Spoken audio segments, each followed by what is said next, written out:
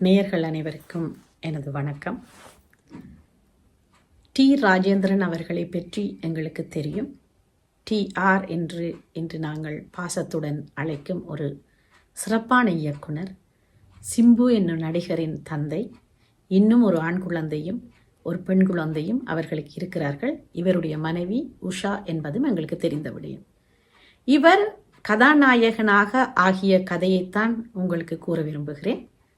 ஆரம்பத்திலே ஒரு அழகான இயக்குனராக வித்தியாசமான மாறுபட்ட திரைப்படங்களை எடுத்திருக்கிறார் TR அவர்கள். அப்படங்களில் அவர் பாடலாசிரியராக, இயக்குனராக, இசையமைப்பாளராக, கதாசிரியராக மட்டுமல்லாமல் கௌரவ வேடங்களிலும் நடித்திருக்கிறார். ஆனால் இவருக்கு கதாநாயகன் ஆகும் எண்ணம் இருக்கவில்லை. அந்த கட்டாயத்துக்குள் தள்ளப்பட்டார் என்பதுதான் உண்மை. தான் தன் காதலிக்காக எழுதிய கதையை, தன்னுடைய காதல் கதையை நடிக்க சொல்லி சூப்பர் ஸ்டார் ரஜினிகாந்த் அவர்களிடம் TR சென்று கேட்டபோது ரஜினி அதுக்கு மறுத்துவிட, நானே களத்தில் இறங்குகிறேன் என்று தன்னுடைய உருவ அமைப்பு சினிமாவுக்கு ஒத்துப்போகுமா என்று ஒரு துளி கூட அவர்கள் கவலைப்படாமல், ஏனென்று சொன்னால் ஒரு கதாநாயகன் இப்படித்தான் இருக்க வேண்டும் என்ற ஒரு வரையறை 80களில் இருந்தது. அதற்கு முன் 70, 60களில் இன்னும் பலமாக இருந்தது.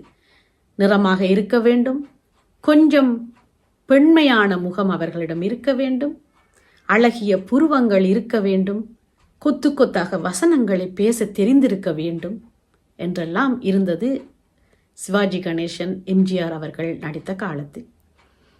அதற்கு பின்வந்த காலத்திலும் அப்படி இருக்கும்போது சூப்பர் ஸ்டார் என்ற ரஜினிகாந்த் கருப்பு உருவத்தோடு வந்து மக்கள் மனதில் சூப்பர் ஸ்டார் என்ற இடத்தை பிடித்தார் என்பது உண்மை என்றாலும், அதை பிடிக்க அவர் பாடுபட்டது நிறைய. அவர் கொடுத்த உழைப்பு அதிகம். அவர் ஒரு வித்தியாசமான நடிப்பை கொடுத்துத்தான் ரசிகர்களின் மனதில் இருந்தார். அவருக்கு அடுத்ததாக வந்தவர்கள் தான் T. ராஜேந்திரன் அவர்கள், ராமராஜன் அவர்கள், பாக்யராஜ் போன்றவர்கள். இதில் T. ராஜேந்திரன் அவர்கள் அழகான முடி கொண்டவர். அவருடைய அசைவுகளுக்கேற்ற மாதிரி அவருடைய தலைமுடியும் அசைந்து கொடுக்கும். அது அவருக்கு ஒரு ப்ளஸ் பாயிண்ட். இருந்தாலும் தாடி வைத்துக்கொண்டு ஒரு கதாநாயகன் அவர் நடித்த அத்தனை திரைப்படங்களிலும் அந்த தாடியை நீக்காமல் நடித்தது என்பது ஒரு புதுமை என்று கூட கூறலாம். எங்களுடைய தமிழ் இயக்குனர்கள் தாங்கள் கதாநாயகனாக வரும் பொழுது தங்களுக்கான ஒரு ஸ்டைலை, ஒரு வடிவத்தை கொண்டு வந்து தமிழ் சினிமாக்குள்